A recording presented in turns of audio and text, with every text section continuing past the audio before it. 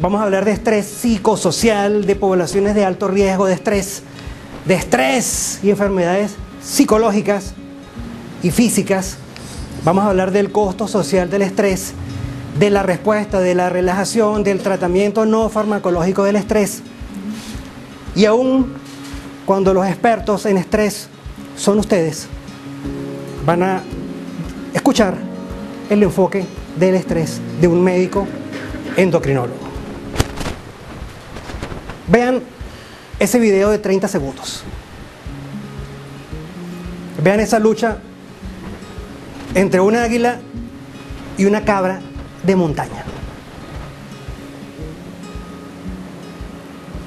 Cuenten el número de golpes que se da esa cabra de montaña.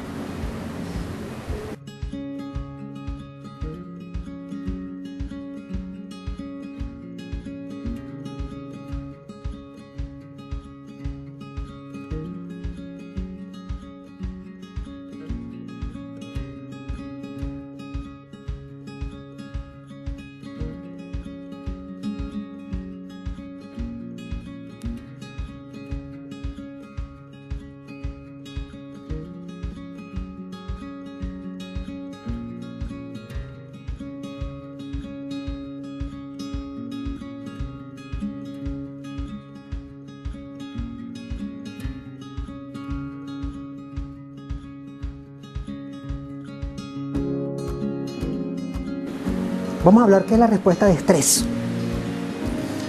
Cuando un mamífero ve a un depredador, se activa algo que se llama sistema límbico.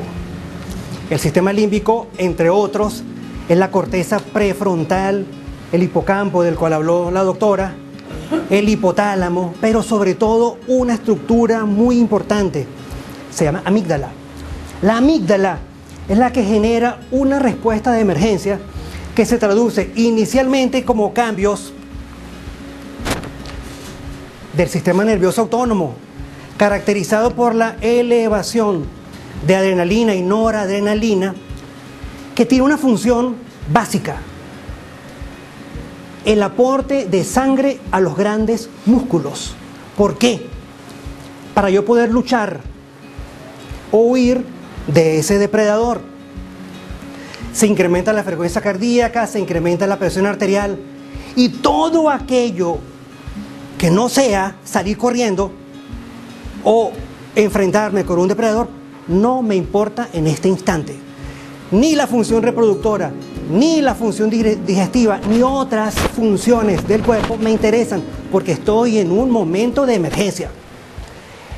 Otra cosa, se reduce la sensibilidad al dolor. Se dieron cuenta que esa cabra se dio por lo menos 30 o 40 golpes. Debe tener una o dos fracturas costales, pero corrió al final para huirse del depredador. Es lo que nosotros conocemos como la respuesta de lucha o huida. Durante los primeros segundos de enfrentamiento con un depredador se observa esta reacción de lucha o huida, caracterizada por la actividad del sistema nervioso autónomo. Pero además, pocos minutos después, se incrementa la actividad del eje hipotálamo, hipófisis adrenal, para producirme la elevación del cortisol, que busca, grosso modo, aumentar la disponibilidad de azúcar. ¿Para quién? Para los músculos, porque yo estoy corriendo, huyendo de un depredador, o estoy luchando activamente contra ese depredador. Ahora bien, ahora sí puedo definirles a ustedes cuál es el concepto de la respuesta de estrés.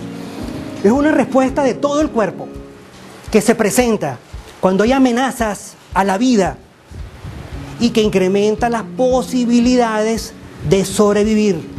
Ese es el concepto de la respuesta de estrés. Aquí hay 3 depredadores y 3 presas. Esas 3 presas están muertas, a menos que hagan algo.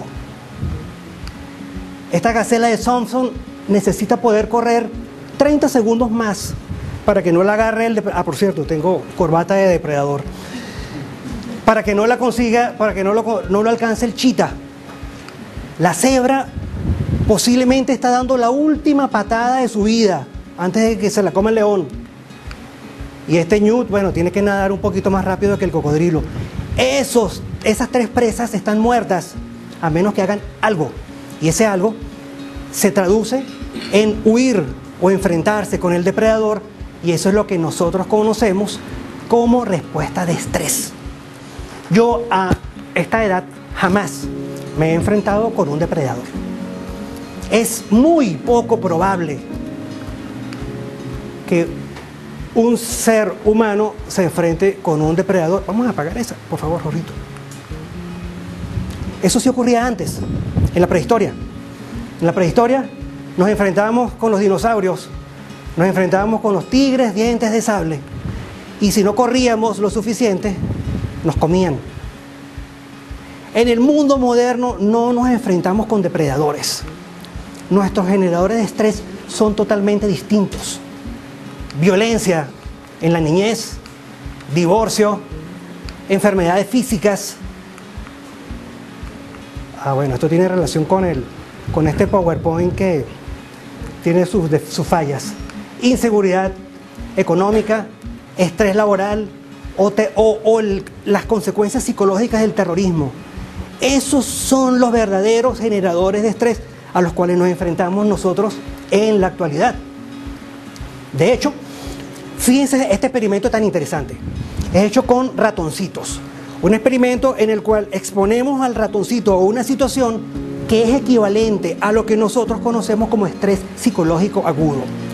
Una ratica, un ratoncito, que está en una jaula, con temperatura controlada, con comida y bebida, toda la que ellos desean, es un ratoncito que es casi feliz, excepto por dos cosas. Primero, le introdujeron en el cerebro una sonda para medir cómo se comporta el cerebro ante situaciones de estrés. Y segundo, lo meten en la jaula con un depredador, que es una rata. La rata es depredador del ratón, solo que están separados por una lámina de plástico. Eso significa que el ratoncito ve al depredador, lo puede oler, lo puede sentir y siente pánico, siente la reacción de estrés. ¿Qué pasa en ese ratoncito? Fíjense, los niveles de hormona de estrés antes y después se incrementan 3 o 4 veces, tanto la ACTH como el nivel de cortisol. ¿Y en qué momento se elevan los niveles de esas hormonas de estrés? Fíjense, exactamente en esta barra gris, que se debería ver mucho mejor. Esta barra gris es los 30 minutos en los cuales ese ratoncito se expuso a la rata. Fíjense cómo se incrementan exactamente en ese momento los niveles de cortisol. Pero, ¿qué otras sustancias químicas se presentan en el cerebro, en el sistema límbico de ese ratoncito? Se incrementan los niveles de serotonina, se incrementan los niveles de dopamina y se incrementan los niveles de noradrenalina. Es decir, estamos viendo en este ratoncito 3 respuestas. 1, hormonal. 2, neuroquímica. Y 3, una respuesta conductual. Ese ratoncito, ante la presencia del depredador, no se puede quedar tranquilo. Se incrementa de forma significativa los niveles de movimiento. Esos son estas rayas negras. Y es la traducción en ese ratoncito de lo que nosotros conocemos como ansiedad. Esta es la base bioquímica de las emociones. Esta es la base bioquímica del miedo, del pánico y, bueno, de la ansiedad. Por razones técnicas, en ese estudio no se pudo medir la parte más importante del sistema límbico que se relaciona con el estrés.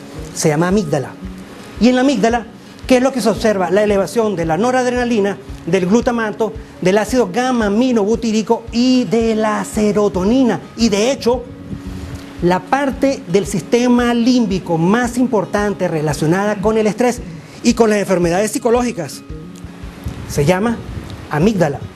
De hecho, hay una interrelación entre los diferentes componentes del sistema límbico, el hipocampo, el hipotálamo, la corteza prefrontal y la amígdala. Y es la amígdala la que se encarga de disparar la respuesta de estrés. Es más, la amígdala es como una pistola cargada y sin seguro, que dispara ante cada situación que considere estresante. Primero dispara y después pregunta, ¿pero por qué? Porque de eso puede depender la supervivencia de ese individuo. Y entonces observamos que el hipocampo y la corteza prefrontal intentan frenar a la amígdala, pero es la amígdala la responsable de la generación de la respuesta de estrés. ¿Y qué pasa con los humanos? ¿Y qué pasa con las relaciones sociales? Vamos a ver un experimento en monos. Un experimento en el cual, en la jerarquía de los monos, hay un mono alfa y monos subordinados. El mono alfa no nació mono alfa. Él se ganó el puesto a punta de golpes y mordiscos y violencia. Él le demuestra a los demás que él es el mono alfa y los demás tienen que subordinarse. Fíjense. El mono alfa, a su vez, es el que come primero, el que bebe primero, el que se sacía primero y el que tiene derecho a las hembras. Los demás no tienen derecho. Entonces, los niveles de hormona de estrés entre el mono alfa, una vez que es el mono alfa y demostró su dominio sobre todos los demás, los niveles de estrés son bajos. Y los monos subordinados, que son los agredidos, los golpeados, los perseguidos, tienen niveles de hormona de estrés superiores. Mono alfa va esta rayita negra y los monos subordinados, esta que está aquí. Una vez que nosotros exponemos al mono alfa, pero sobre todo a los monos subordinados, a un estímulo con ACTH, vemos que la respuesta al ACTH es superior en los monos subordinados y es inferior en el mono alfa. Muy bien. ¿Qué significa eso? Que sí puede haber estrés relacionado con las relaciones sociales. Y en humanos, ¿qué ocurre? Que aquellas personas que se quejan en los test de bajo estrés social tienen menores niveles de hormona de estrés, y los que tienen mayores niveles de estrés social, los que tienen mayores niveles de pérdida de reconocimiento social y los que tienen mayor carga de preocupaciones tienen mayores niveles en sangre de las hormonas de estrés. ¿Y qué pasa con nosotros, con los humanos? ¿Qué ocurre con esos generadores de estrés social? Veamos. Pero antes debo decirles que el estrés puede ser de corta duración o de larga duración. El estrés de corta duración es el que dura unos segundos, como la golpiza entre el águila y la cabra, unos pocos minutos, como el experimento de la rata y los ratoncitos, que dura 30 minutos, puede durar horas o pocos días, es el estrés agudo. Y el estrés crónico es el que tarda semanas, meses o incluso años. Humanos, las pérdidas en el matrimonio, en los hijos, en la familia, en el hogar, en el trabajo, en las amistades, en la salud, en la religión o en la comunidad, o las amenazas de pérdidas. La amenaza del sentido de bienestar, del estatus social, del ego, de las creencias o del deseo de controlar las cosas. La cárcel, que es la pérdida ¿de qué? De la libertad. El tiempo, las dificultades para dormir, el rol que desempeñemos. Alguien habló esta mañana de roles. Incluso nuestro trabajo puede ser un perfecto generador de estrés. El reto a mi autoridad, el aislamiento social como un fuerte generador de estrés en ancianos. Y algunas emociones, insultos, humillación, odio, desconfianza, menosprecio, hostilidad, envidia y necesidad de venganza, las estafas, discusiones, riñas, peleas. Y fíjense que muchos de estos generadores de estrés psicosocial califican como estrés crónico. Muy bien, eso está un poquito lento. La próxima, por favor. Desde 1977, con la escala de acontecimientos vitales, a ustedes que les encantan los test psicométricos, con la escala de acontecimientos vitales de Holmes y Ragé, se evalúan los acontecimientos vitales que han ocurrido en los últimos 12 meses y se le asigna un puntaje del 100 hasta 11 puntos. La muerte del cónyuge totaliza 100 puntos, el despido del trabajo 47, el cambio de residencia 20 y hay una larga lista de acontecimientos vitales que deberían ser evaluados. Eso en Estados Unidos, pero este año se publicó en Colombia la escala de acontecimientos vitales usada en la población colombiana, en la cual también se evalúa, tanto en damas como en caballeros, el efecto psicológico de estos generadores de estrés psicosocial crónico. ¿Qué es lo que pasa desde el punto de vista científico, desde el punto de vista bioquímico, en aquellas personas que están expuestas al estrés crónico? Primero se incrementa el tono basal del eje de las hormonas del estrés, se incrementa la reactividad al estrés, se incrementa la síntesis de sustancias bioquímicas que preceden a las hormonas del estrés, se incrementa de forma significativa las hormonas de estrés, las glándulas suprarrenales, que son las que producen el cortisol, se hipertrofian y se produce una conducta psicológica que es muy parecida a lo que nosotros conocemos como depresión. Y ahora pregunto, ¿todos los seres humanos responden de la misma manera a los estímulos estresantes? No. En este experimento de los ratoncitos y la rata se observó un fenómeno bien curioso. El 75% de los ratones respondieron de esta forma ante la exposición a la rata. El 25% de ellos respondieron de esta manera ante la exposición a la rata. Esto demuestra que hay diferentes tipos de sensibilidad ante los mismos problemas, ante los mismos estresores. Y es lo que nos permite a nosotros hablar de poblaciones de alto riesgo de estrés. Pero antes de hablar de las dos poblaciones de alto riesgo de estrés, yo les quiero comentar a ustedes que la respuesta de los diferentes mamíferos ante los generadores de estrés dependen de varios factores, pero entre ellos dos. Primero, de algunas características del estresor, como por ejemplo la severidad, la cronicidad, la predecibilidad, la controlabilidad y la experiencia previa. Y también de algunas características del sujeto que está expuesto a ese generador de estrés, como por ejemplo la edad, la raza o la especie. ¿Cuál es el primer grupo de población que vamos a discutir nosotros como población de alto riesgo? Los niños abusados. No es lo mismo un generador de estrés a mi edad, que ya tengo toda mi vida mental más o menos organizada, a lo que le ocurre a un niño de 2 o 3 años que ni el intelecto, ni la conducta, ni la inteligencia, ni todos los circuitos y las redes neuronales están bien establecidas. Entonces, ¿qué observamos cuando un ser humano, un mamífero, se expone a estrés en la vida temprana? A nivel del hipocampo y la corteza prefrontal ocurre un fenómeno bien curioso. Y esto tiene relación con los aminoácidos excitadores en general, pero sobre todo con el glutamato en particular. Esta es una neurona y estas ramificaciones grandes son las dendritas. Y estas ramificaciones pequeñitas son las espinas dendríticas. El estrés en la vida temprana afecta tanto la corteza prefrontal como el hipocampo, produciéndome atrofia de las dendritas y reducción de las espinas dendríticas. Eso ocurre no solo a nivel del hipocampo, eso ocurre a nivel de todo el sistema nervioso, pero sobre todo a nivel del hipocampo y de la corteza prefrontal. ¿Y qué ocurre en la amígdala? Totalmente lo contrario.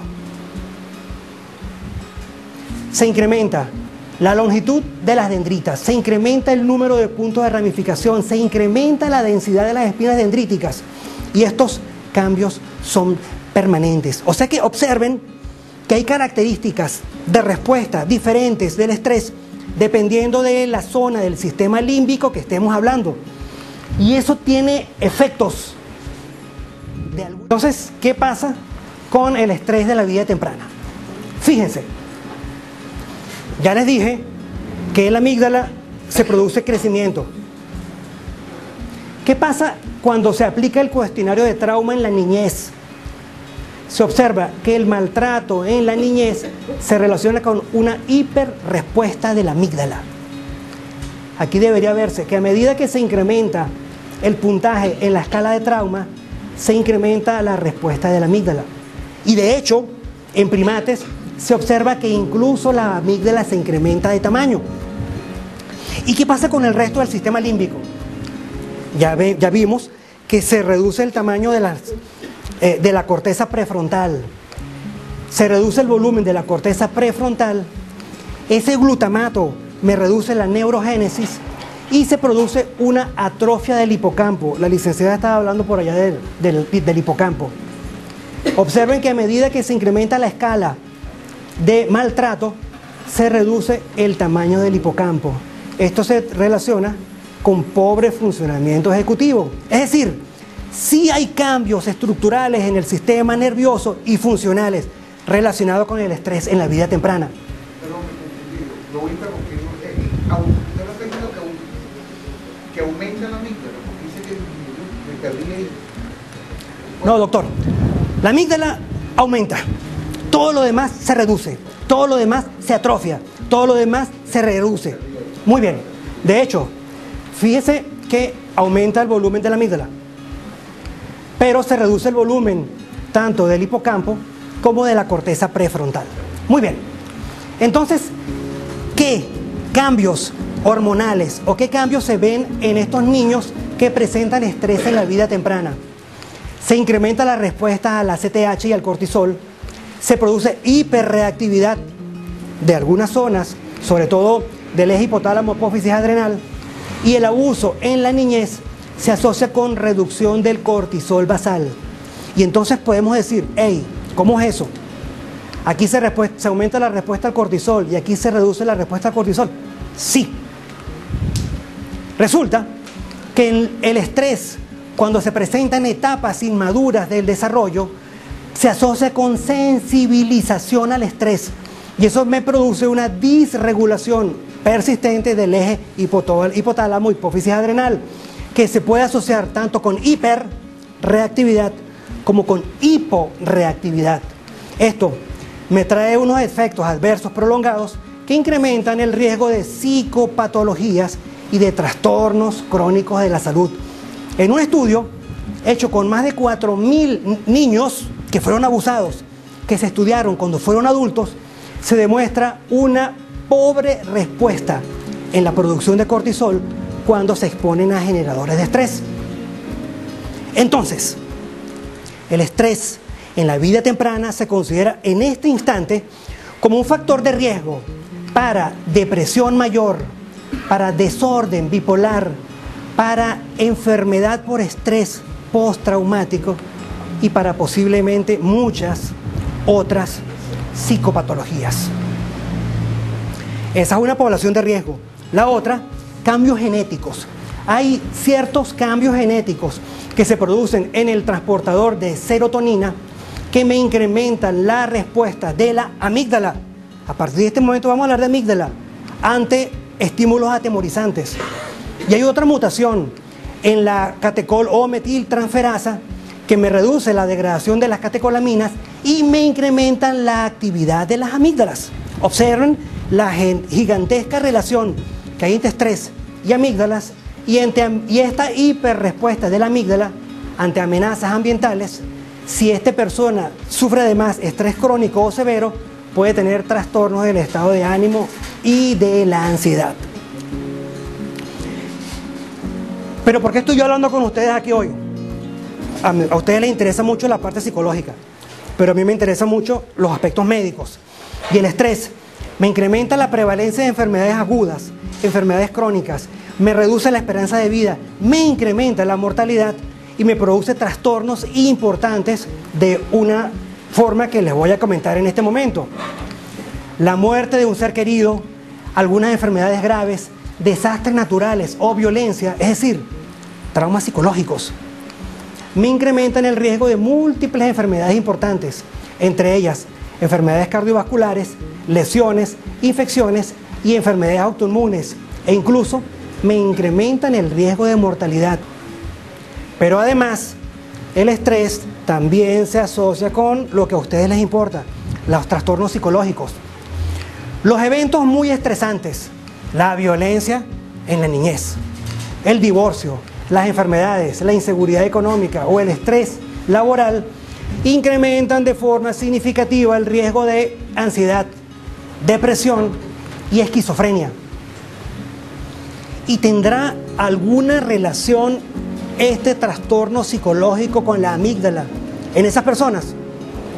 Sí. Resulta que estos estímulos negativos me producen una hiperrespuesta amigdalar que me produce a su vez psicopatologías inducidas por el estrés. Veamos qué pasa en la ansiedad y qué relación tiene con la amígdala. En la ansiedad hay una hiperactivación de la amígdala ante estímulos amenazadores. ¿Qué pasa en la depresión? Hay una amígdala exageradamente hiperrespondedora a estímulos negativos. ¿Qué pasa en la enfermedad por estrés postraumático? Hay una hiperactividad de la amígdala en respuesta a recuerdos traumáticos y estímulos negativos. Y todo esto está evidenciado por resonancias magnéticas funcionales y por tomografía de emisión de positrones. ¿Y qué pasa en los niños abusados? Los niños maltratados.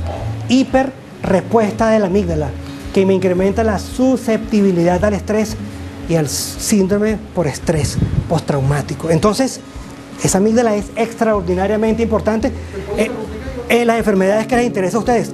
Y con respecto a enfermedades del corazón, pues también se ha demostrado que mientras mayor es el nivel de las hormonas de estrés, mayor es la enfermedad de las arterias del corazón.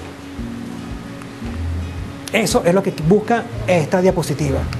Mientras más altos son los niveles de hormona de estrés, más gruesa es la pared de las arterias del corazón. Y mientras más bajos o más reducidos son los niveles de hormona de estrés, más reducidos a su vez son los niveles de la pared de las arterias del corazón. Y hay una enfermedad que se llama enfermedad de Takotsubo, que es lo que se le conoce como el síndrome del corazón roto, que es simplemente cuando estímulos emocionales producen afección del corazón.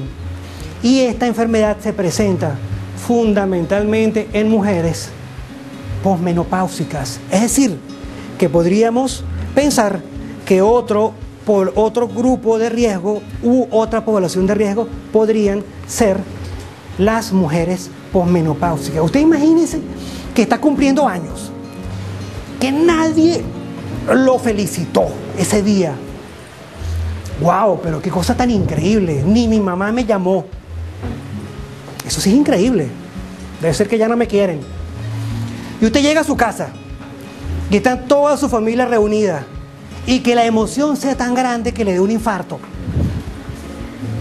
Entonces eso puede ocurrir ante una fiesta sorpresa, una reunión sorpresa, una disputa furiosa, un miedo de ahogarse, el miedo de hablar en público y sobre todo cuando muere un familiar querido. ¿Qué vemos nosotros en esos pacientes?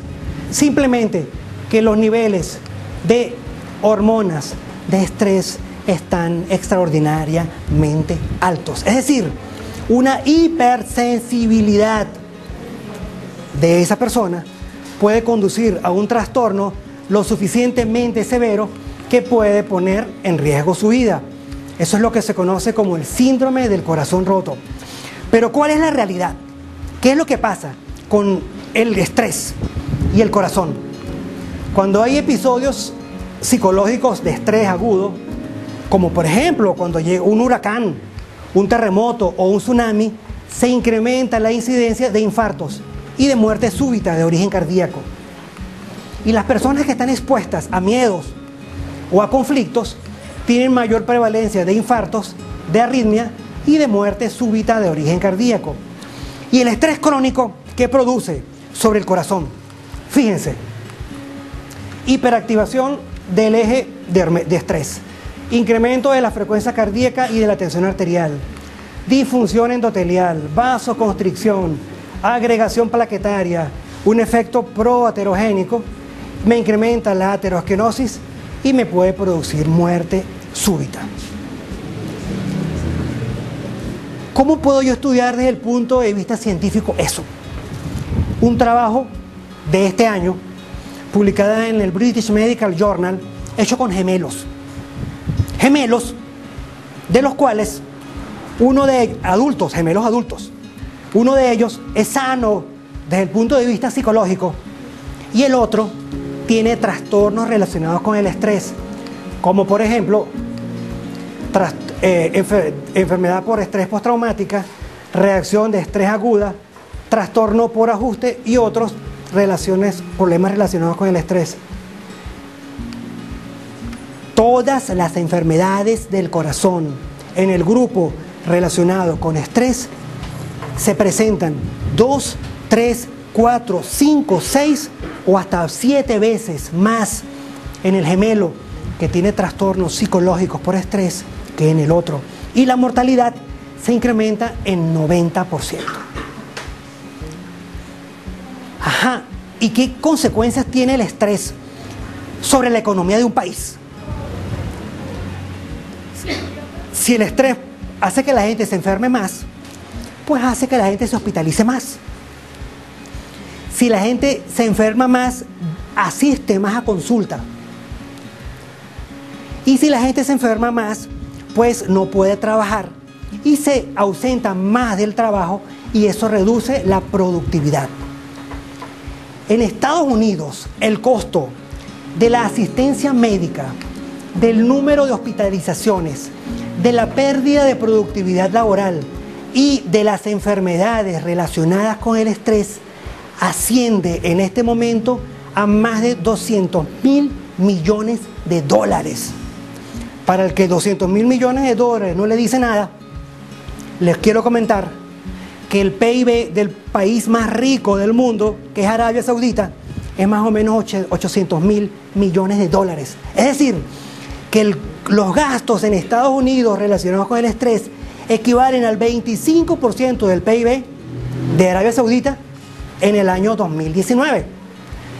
¿Y qué podemos hacer nosotros con el estrés de la vida? Que es algo que ustedes conocen a la perfección. Bueno, la doctora lo dijo por allá. Procedimientos de maladaptación. Hacemos como el avestruz, que metemos la cabeza en el hueco. Negar el problema, volvernos adictos al trabajo o a las drogas. Esto puede más o menos correr un poquito la arruga, pero esto no me va a quitar ni las enfermedades ni los problemas psicológicos asociados. Es decir, son métodos autodestructivos de enfrentamiento del estrés. ¿Qué dice la jefe del laboratorio de neuroendocrinología de la Universidad de Rockefeller en Nueva York? Que desde el punto de vista fisiológico podemos hacer ejercicio, podemos regular el consumo dietético de grasas, alguien lo dijo hace rato que estuvo en Perú, eliminar el tabaco, moderar el consumo de alcohol, dormir el número suficiente de horas. Desde el punto de vista psicosocial, ¿qué podemos hacer? Buscar apoyo social, minimizar el aislamiento social, buscar distracciones fuera del lugar de trabajo. Y yo quiero compartir con ustedes un fenómeno fisiológico que se conoce como la respuesta de la relajación. Hasta este instante, yo solo les he hablado de la respuesta de estrés, que me incrementa las catecolaminas, que me incrementa los niveles de cortisol, que me incrementa la frecuencia cardíaca, la frecuencia respiratoria y que se asocia con una hiperactivación de la amígdala. Y que de paso es involuntario y que de paso es no provocado de forma consciente. Pero hay una respuesta que es totalmente opuesta a la respuesta de estrés. Se reduce la actividad de la amígdala, se reducen los niveles de catecolaminas, se reducen los niveles de hormonas de estrés entre un 60 y un 70%, me reduce la frecuencia respiratoria, me reduce la frecuencia cardíaca y se comporta como un antagonista de la respuesta de estrés. De hecho, los especialistas en el tema dicen que la provocación regular de la respuesta de la relajación nos ayuda a compensar los efectos peligrosos de la respuesta de estrés cuando se provoca de manera inadecuada. Pero nosotros estamos ya en la época de la genómica. ¿Qué pasa en los genes de las personas que provocan la respuesta de la relajación? Se producen cambios en la expresión de más de 2.200 genes que me producen cambios, ¿dónde? Donde a mí más me interesa, en el sistema límbico y en la amígdala. Hay cambios en la estructura y en la activación de la corteza orbitofrontal, del cingulado anterior, de la ínsula, de la amígdala, del hipocampo y de la corteza somatosensorial. Se reduce la respuesta a las catecolaminas, se reduce en un 60 y hasta un 70% los niveles de cortisol, se reduce el consumo de oxígeno, la eliminación de CO2, se reduce la frecuencia cardíaca y respiratoria, se reduce la tensión arterial y se incrementa la producción de ondas alfa y zeta a nivel del cerebro. ¿Y qué es lo que yo puedo hacer para inducir esta respuesta de la relajación? Concentrarme en una palabra, en un sonido, en una frase, en una plegaria o en un movimiento como la respiración, ignorar los pensamientos habituales, la meditación tipo mindfulness o meditación trascendental, el yoga, el tai chi, la relajación muscular progresiva, la biorretroalimentación y los ejercicios de respiración. Todo eso me reduce todas las medidas fisiológicas que se asocian con la respuesta de estrés. De hecho, la directora del Instituto de Conducta del Instituto Nacional de Salud Mental de los Estados Unidos dice que aun cuando la respuesta al estrés de las personas pueden tener una relación genética, también es cierto que esta respuesta al estrés puede ser controlada conscientemente a través de prácticas como la meditación y la relajación. Y podría ser útil que de una forma consciente se modifiquen las reacciones y la sensibilidad de un individuo al estrés. Pero vamos a ver qué dice la ciencia al respecto. En una universidad con estudiantes de medicina, en la Universidad Georgetown, tomaron a los estudiantes de primer año de medicina en el último trimestre antes de los exámenes finales y los entrenaron en lo que ellos llaman medicina mente-cuerpo. Yo le podría decir que es técnicas para el manejo del estrés. A un grupo de estudiantes de medicina del primer año, durante 3 meses, técnicas para el manejo del estrés, visualización, meditación, ejercicio, un diario que lo llevaban ellos todos los días.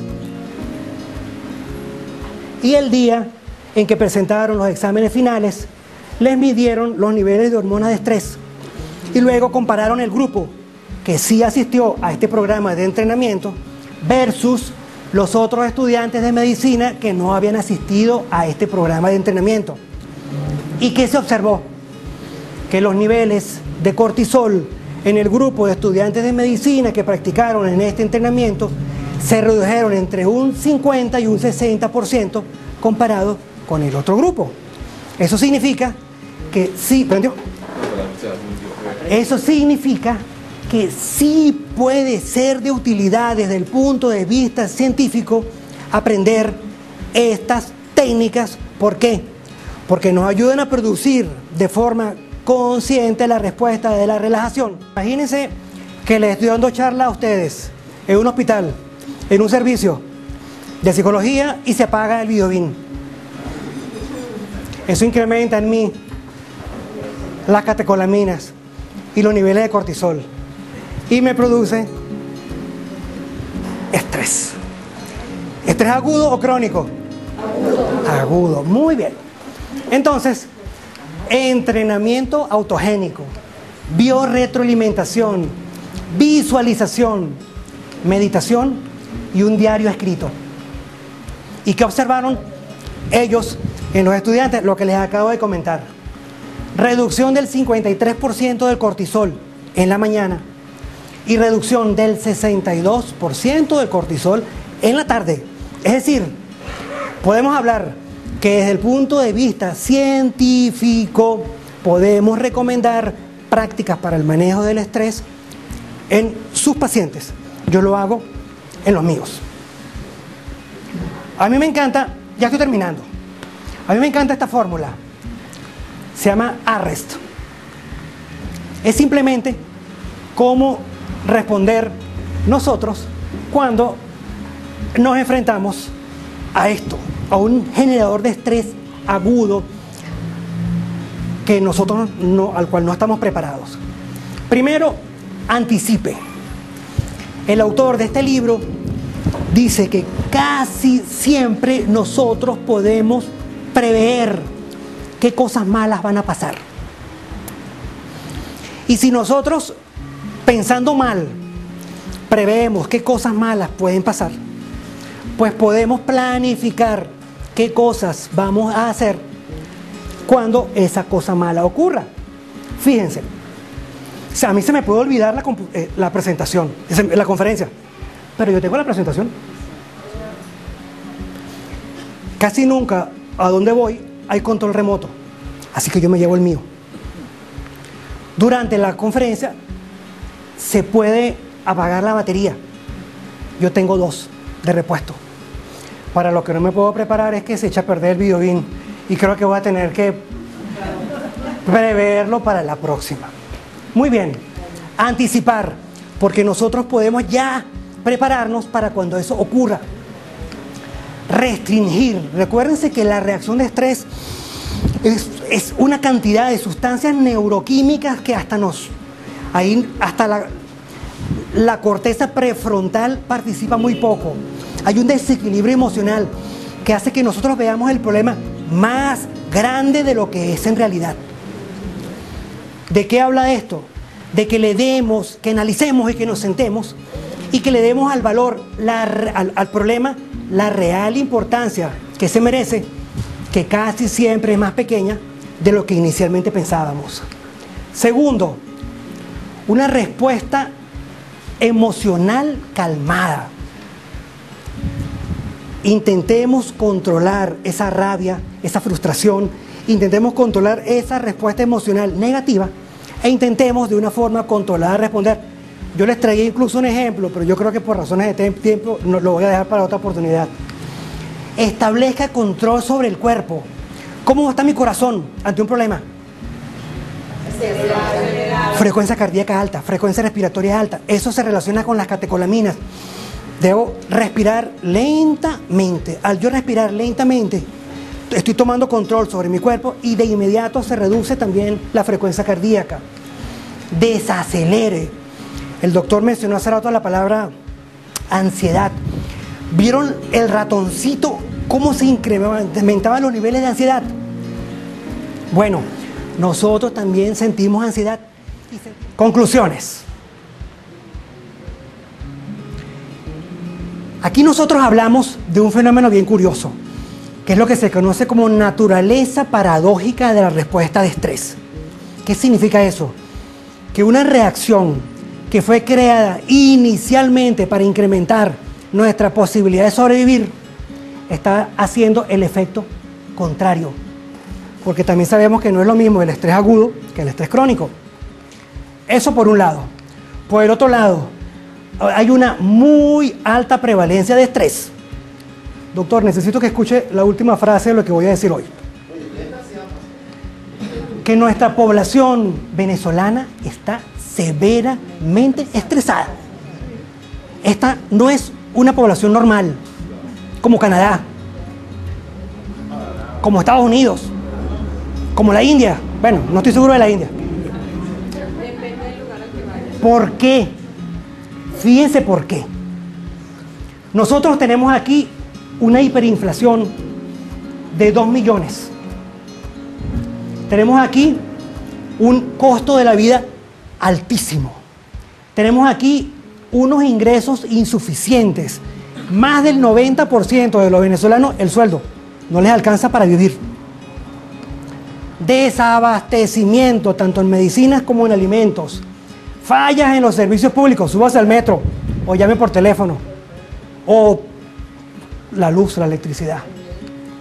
Inseguridad, primera causa de muerte en Venezuela, los asesinatos en las calles. Polarización y conflictividad sociopolítica, ni lo menciono. Desempleo o subempleo, todos estamos subempleados.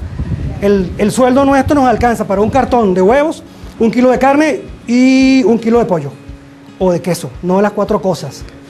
Inestabilidad laboral y, por supuesto, ante esa problemática tan grave, ¿qué es lo que quiere la gente? Salir corriendo.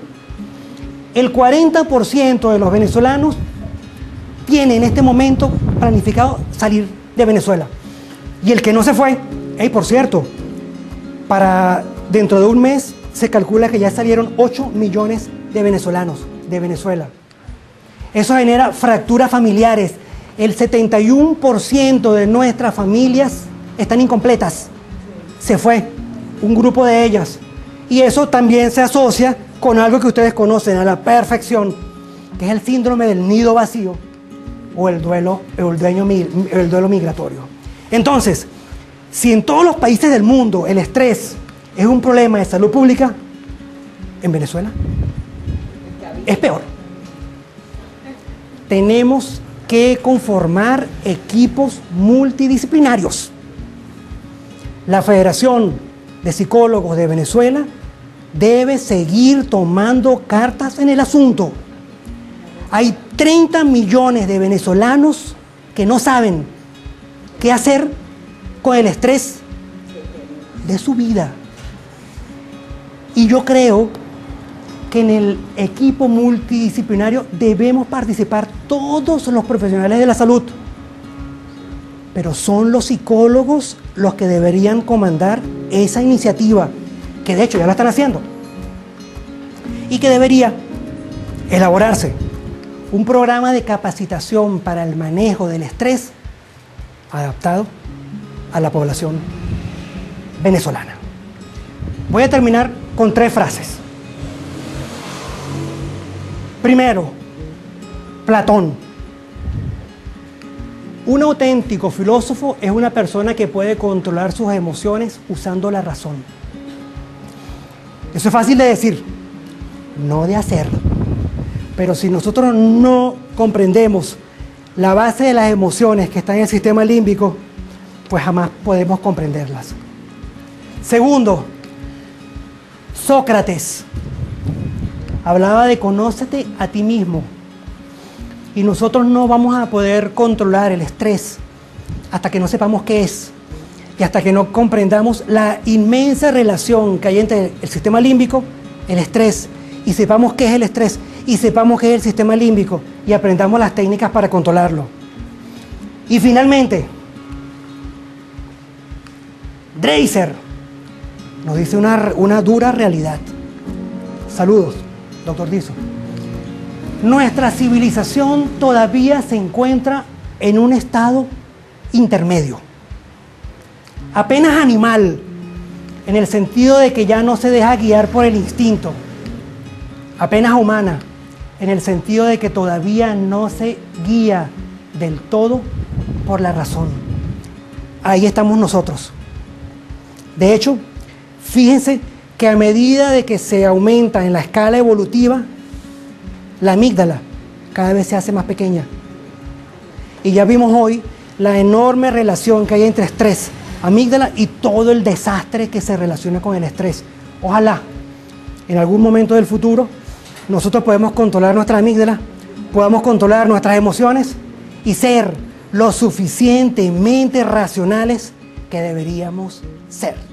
Muchísimas gracias.